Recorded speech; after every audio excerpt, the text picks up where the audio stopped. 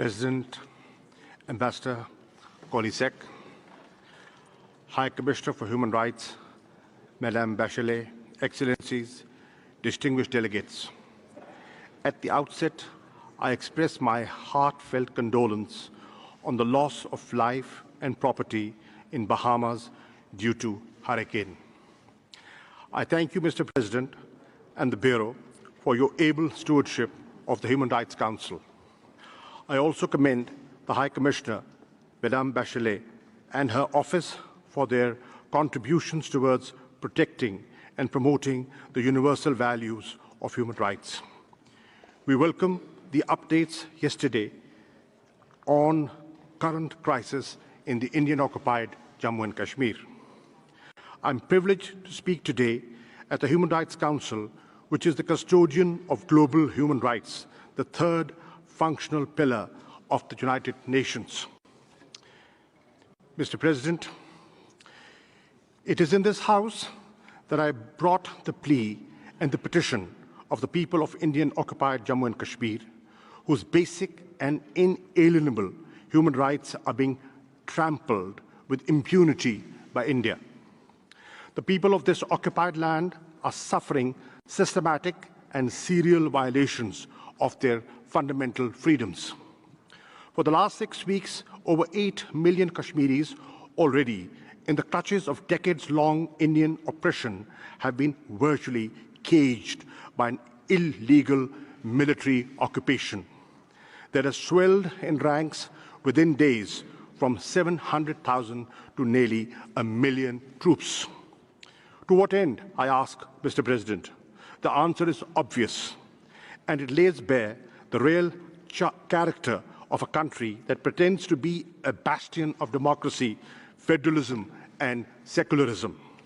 For the last 6 weeks, India has transformed occupied Jammu and Kashmir into the largest prison on this planet, with virtually no access to basic amenities and means of communication.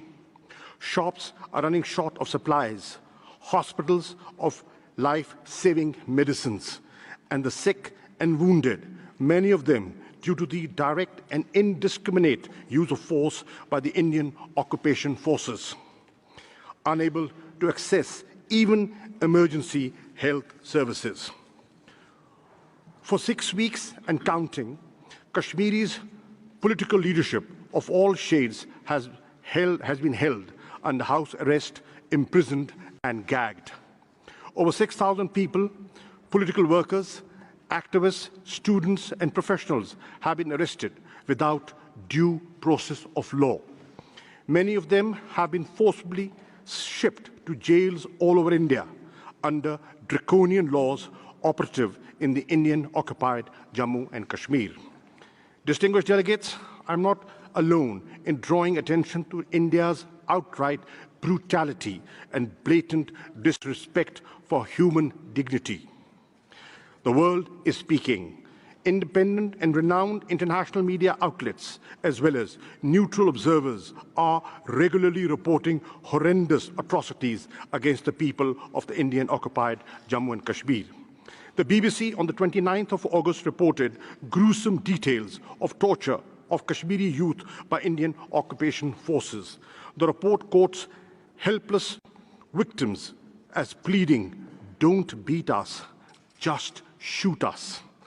I've had this article distributed to all of you for your perusal. Similarly, The Independent on the 2nd of September reported horrific episodes of extreme brutality and humiliation of Kashmiris by Indian occupation forces who have shamelessly tortured people in public while stripping them naked. Another report notes that the victims of pellet guns that have been used with abandon by the Indian occupation forces for years and have blinded scores of innocent Kashmiris for life are now reluctant to go to hospitals for treatment due to fear of intimidation, arrest, and detention of the Indian occupation forces.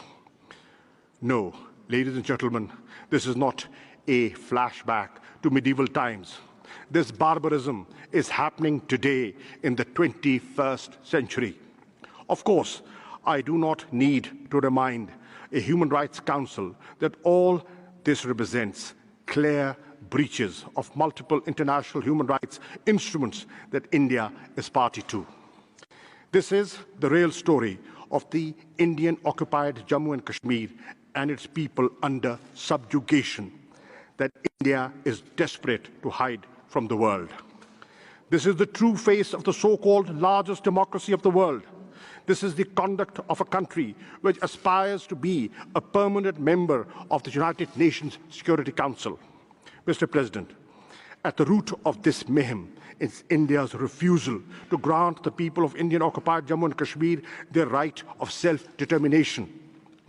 This 7-decade-old travesty of justice has been compounded by the present Indian government's nefarious and twisted dream outlined explicitly in the ruling party's manifesto to turn by force of arms Jammu and Kashmir's Muslims majority into a minority. India's unilateral actions of 5th August 2019 of altering the status of occupied Jammu and Kashmir, recognized as a disputed territory by the UN Security Council, are illegal under international law. With these illegal changes, India's presence is, by its own yardstick, a naked foreign occupation. These measures contravene the 4th Geneva Convention that prohibits migration to and from an occupied territory. They're also a flagrant violation of several UN Security Council resolutions. India's assertion that these actions are its internal affair is patently false. As a matter of fact, Jammu and Kashmir has been on the agenda of the United Nations for over 17 years now. The meeting of the Security Council on the 16th of August to discuss the Jammu and Kashmir dispute is an attestation of this fact. What is happening in Indian-occupied Jammu and Kashmir is not a country-specific situation in this Council's parlance. The atrocities and abuses are being inflicted upon the people of a disputed and occupied territory, as affirmed by international law. The situation in this occupied territory must therefore be of direct international concern. It is not and can never be an internal matter for India. Excellencies, the forlorn, traumatized towns, mountains, plains, and valleys of Indian-occupied Jammu and Kashmir reverberate today, and with the grim reminders of Rwanda, Srebrenica, and the Rohingya, and the pogrom of Gujarat. The people of Indian-occupied Jammu and Kashmir are apprehending the worst. Some have said that Kashmir echoes with the silence of the graveyard. Others contend that it is a lull before a storm. I shudder to mention the word genocide here, but I must. With respect to the Genocide Convention, the Kashmiri people in the occupied territory as a national